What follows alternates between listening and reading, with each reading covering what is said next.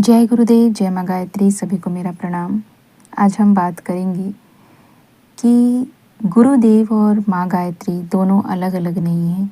दोनों में कोई भिन्नता नहीं है, या यूँ कह सकते हैं कि गुरुदेव और माँ गायत्री दोनों एक ही हैं। इस प्रसंग में एक बहुत अच्छी कहानी आती है। कहानी क्या, सत्य घटना है जो हमारे श्रद्धेय के साथ जुड़ी है। श्रद्धेय स्वयं इसको सुनाते हैं। आप यदि सुनना चाहें तो आप शांति कुंज की वेबसाइट पर, चैनल पर आप इसको देख सकते हैं, सुन सकते हैं। उन्होंने स्वयं अपना अनुभव बताया है कि उन्होंने पूज्य गुरुदेव के विराट स्वरूप के दर्शन किए हैं। मानते तो हम सब भी यही हैं कि पूज्य गुरुदेव महाकाल के अवतार हैं, हमारे गुरु हैं, एक साधारण व्यक्ति हैं। अनेक अनेक प्रकार की अनेक अनेक मान्यताएं हम सभी अपने मन में उनके प्रति बना रखे हैं। परंतु वास्तव में जिन लोगों ने उन्हें जिस स्वरूप में देखा है, जाना है, समझा है, वह हमारे लिए देखना जानना संभव नहीं है, क्योंकि हमने पूज्य गुरुदेव को स्थूल रूप में नहीं देखा। जिन लोगों ने उन्हें स्थूल रूप में देखा, उनके साथ रहने का उन्हें सौभाग्य प्राप्त हुआ, वह तो स्वयं महाकाल के साथ रहने का सुख प्राप्त कर पाए। तो ऐसे ही प्रसंग में श्रद्धेय हमें सुनाते हैं कि कैसे उन्होंने गुरुदेव की विराट रूप के दर्शन किए और कैसे उन्होंने गुरुदेव और गायत्री माता को एक ही देखा, यानी उन्हें माँ गायत्री ही गुरुदेव नजर आए और गुरुदेव ही माँ गायत्री नजर आए। बात है उस समय की जब श्रद्धेय गुरुदेव के साथ रहते थे, तो श्रद्धेय ने विचार किया कि उन्हें अनुष्ठान करना चाहिए और वह अनुष्ठान करने में लग गए। जब जब उनका अनुष्ठान पूर्ण होना होता था, उस बीच में हर बार पूज्य गुरुदेव कोई न कोई व्यवधान डाल देते थे। हमेशा कुछ ऐसा होता था, कभी किसी कार्य के लिए उन्हें भेज देते, कभी पुस्तकों के लिए भेज देते, कभी किसी अन्य कार्य में लगा देते। और जब श्रद्धेय मना करते, वो कहते कि मैं नहीं जाऊंगा, तब वह उन्हें कहते कि गुरु और शिष्य का रिश्ता ऐसा ही होता है। शिष्य कभी भी गुरु की बात को नहीं टाल सकता। और हर बार उनकी साधना, उनकी अनुष्ठान को पूर्ण नहीं होने देते थे। तो वो कहते थे कि फिर मेरा अनुष्ठान कैसे पूर्ण होगा।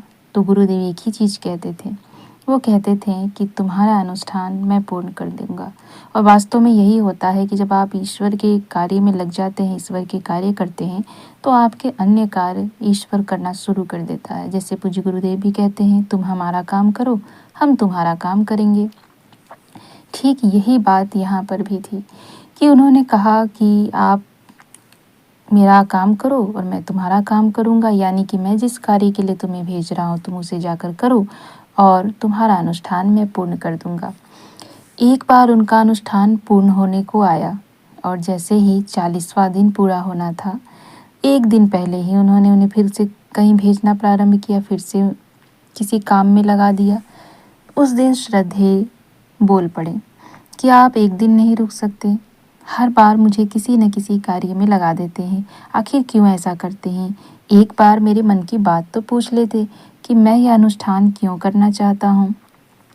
गुरुदेव ने बड़ी सहजता से कहा, अच्छा तो बताओ क्यों करना चाहते हो, बता ही दो।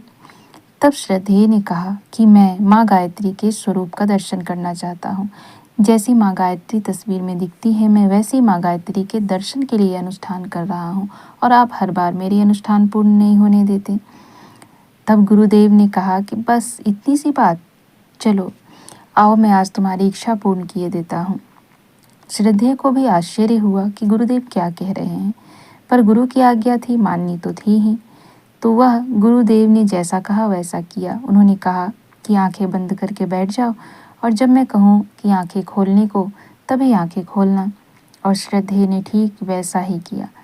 जब श्रद्धेय आंखें बंद करके बैठे और जब पूज्य गुरुदेव ने उन्हें कहा कि आंखें खोलो, तो श्रद्धेय के आश्चर्य का ठिकाना नहीं था। जब उन्होंने आंखें खोली तो देखा कि जहाँ गुरुदेव बैठे थे वहाँ माँ गायत्री बैठी हुई है। ठीक इसी प्रकार जब जब वो आंखें बंद करते खोलते तो उन्हें कभी गुरुदेव नजर आते, कभी माँ गायत्री नजर आती।